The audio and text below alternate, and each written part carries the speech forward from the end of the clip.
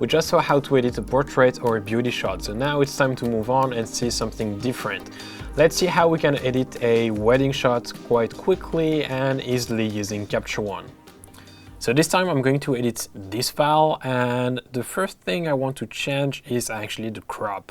I don't like how the couple is all the way to the left. So let's press C on the keyboard, right click just to make sure the ratio is fine. So here it's a 2:3, which is the original ratio of my picture. So I'm going to crop in by bringing in one of the corners and then move around the crop until I feel like it looks a bit better. So let's try V for validate and then see how that looks. I may put my crop a bit lower. So let's press C again and lower the crop just a bit. I may crop even tighter to try and remove the flame of the candle on the right. So let's try that. C one more time and crop in. And there we go. That looks much better. Okay, so now the first thing I want to adjust after the crop is the white balance. I don't think the white balance is working quite well. It's a bit too warm. So let's bring the Kelvin slider just slightly to the left to try to get more blue, and so then the shot looks a bit more natural. So here I think it's already better, perhaps even almost too much. So let's bring it back to around 2400 and that's perfect. Okay.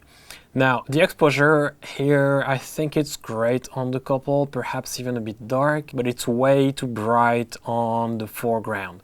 So I'm going to adjust the lighting, or actually the exposure for the foreground, and then I'm going to add a new layer and just adjust my exposure on my couple. So let's start by adjusting the overall exposure to match the foreground.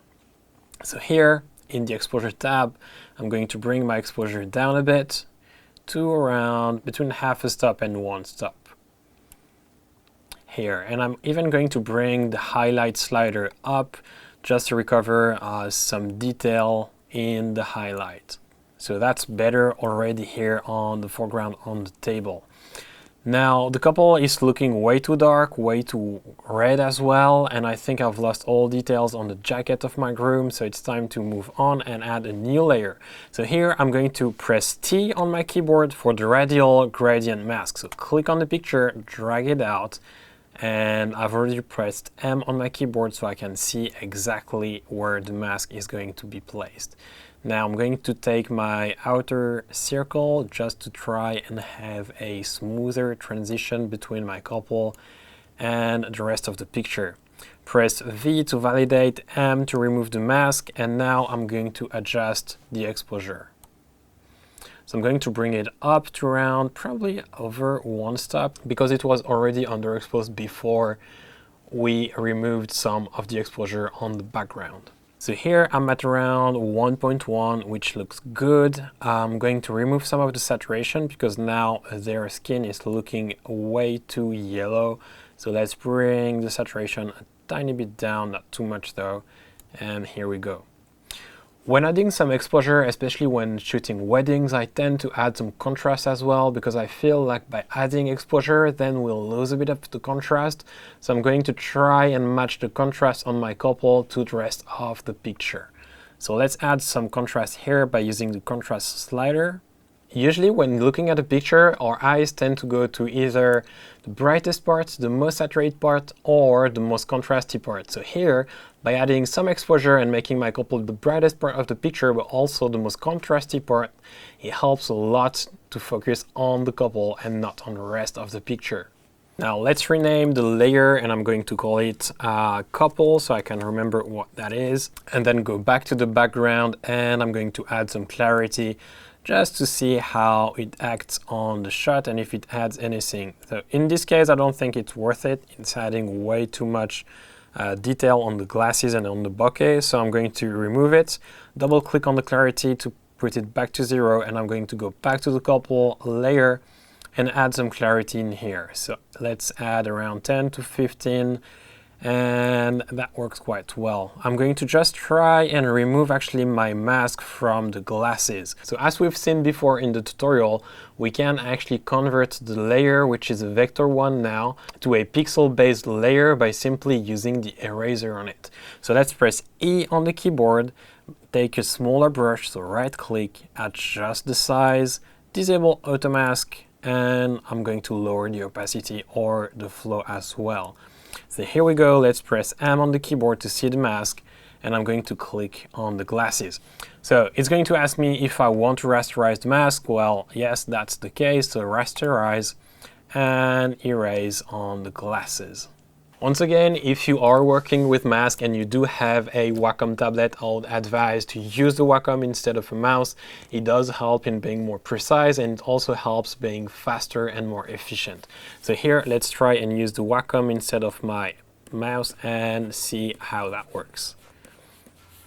So there we go, let's press M again and see what that does. So that's with the layer and without. It does make a huge difference. I'm going to try and add a different color grade to this picture. So let's add a new layer and call it color grade. So click on the plus, hold the click, and then press new field layer. Now I'm going to rename that one by CG for color grading and go to the color tab.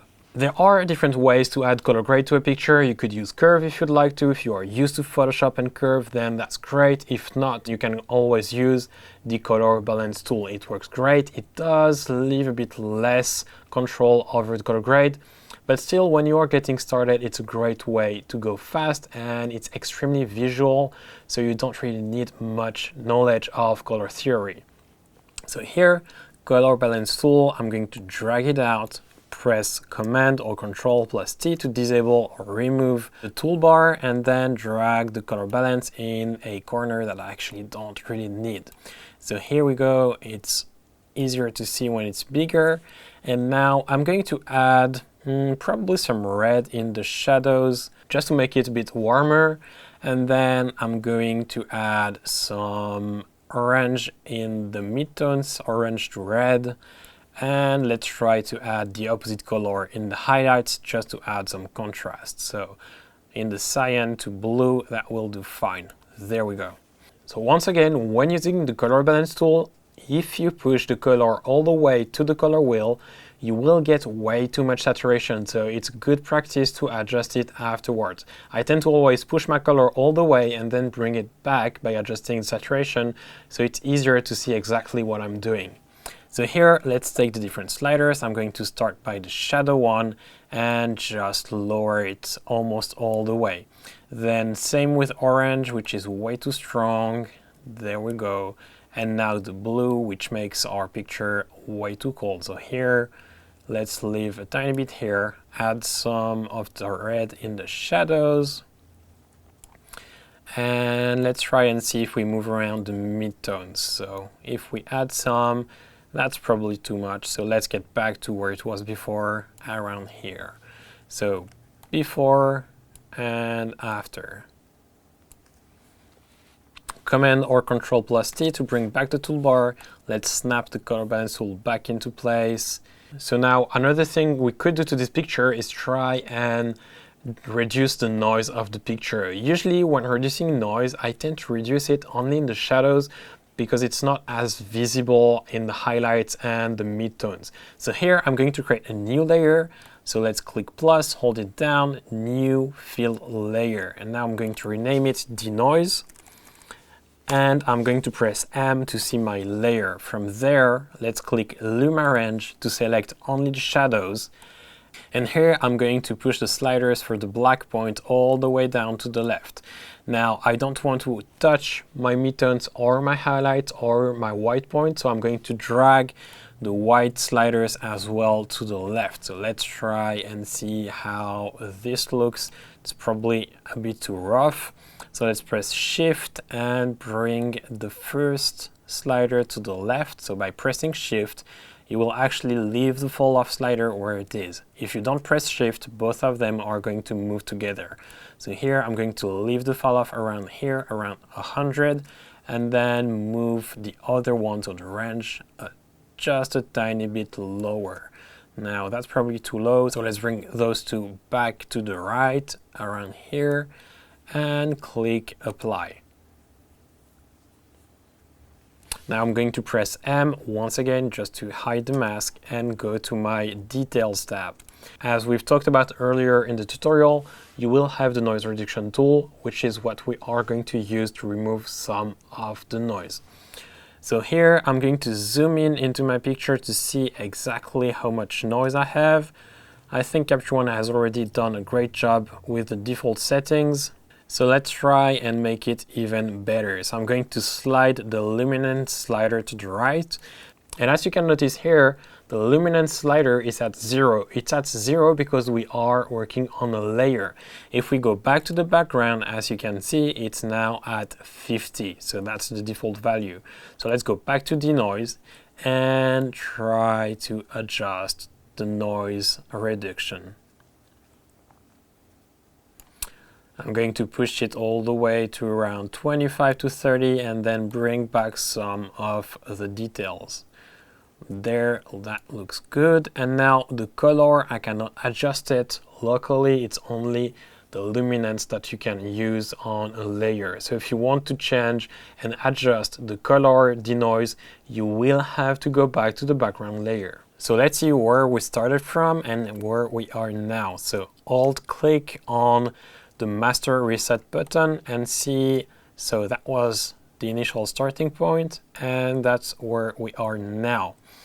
It does lack a bit of contrast in my opinion, so I'm going to create a new layer, click on the plus, and then I'm going to rename that and call it vignetting.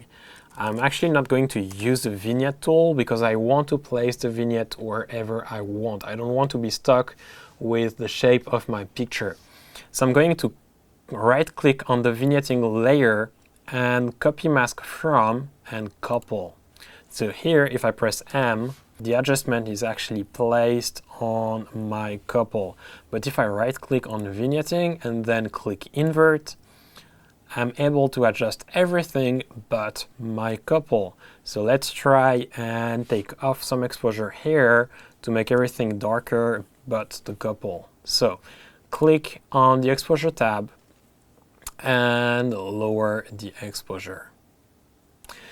The reason why I'm not lowering the exposure on the background is that if I were to change the exposure on the background, then I'd have to adjust it once again on my couples layer. So by adding a new layer and just changing it there, I can now get full control over the vignetting without affecting anything else but the vignetting. So here that's already better. Let's add some contrast on the vignetting and see how that looks. So let's bring the brightness a little bit down just so that I don't crush my blacks but still can adjust the luminosity of the vignetting. Okay, so before the vignetting and after, that's probably too strong, so let's lower the opacity of that layer to around anywhere between 50 to 70 should be fine. So there around 64, and now we started from that, and this is the current picture. I'm going to go back to my couple layer and try to add some sharpness, because here if I zoom in I can actually see that they are sharp but probably not as much as I would like to, because when shooting at ISO 2500 usually the sharpness is not as good as when shooting at lower ISO, plus I was shooting with the 58 from Nikon wide open at f1.4 and it's not the sharpest lens. I love how it looks, I love the bokeh and the colors, but for sharpness it's probably not the best one. So let's try and add some sharpening here. So I'm in the details tab and I'm going to slide the amount slider to the right to add some sharpening, and then I'm going to just try and adjust the threshold so that it doesn't sharpen the smaller texture and the noise. Here we go, let's add even more, and I'm going to try and adjust the radius to see if I can make it look better or not. So probably default one was great, so let's leave it there. Zoom back, and if we do a before and after of the tools, so Alt and click on the reset button of the tool, so before and after. So we don't see much of a difference, but if we do zoom in, we see a difference. and it's just enough for me. It does bring back a bit of noise, but I don't really mind it. Okay, so let's do a last before and after. So typically when editing a wedding, I don't spend as much time as I did here on a single picture.